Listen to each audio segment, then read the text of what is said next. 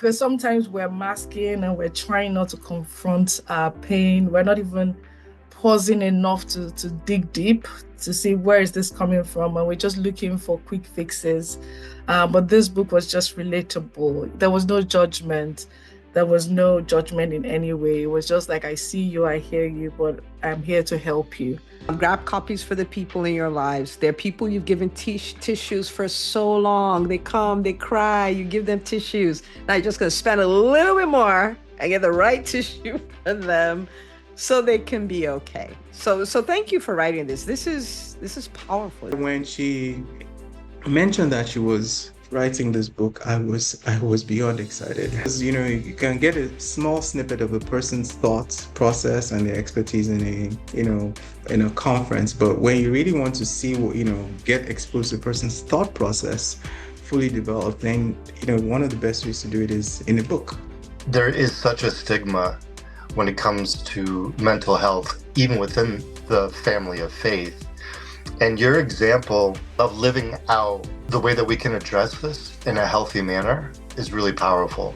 I found your book as a very good tool, a very good handbook for young people, but also for the believer, because one of the things that I brought to the fore for me was acknowledging that you have emotional pain or that something is wrong, emotionally, does not mean that you're out of faith.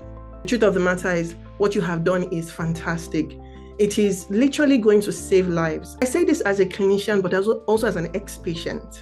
It is truth that sets free, ultimately. And what you have done is you have brought together a compendium of truth that will set free, that will empower, that will heal. That's what this book does so well. It explains to us, it helps us to understand that pain is a part of our reality now, and God can use that pain for His glory. When you start to go through this guide, what will happen for you, like I said, your choice is that you start to feel like yourself again, and you're going to have to trust the Holy Spirit to really help you as you take these steps. I was looking at the beginning chapters when it talks about psychological pain and the common causes and the consequences of emotional pain.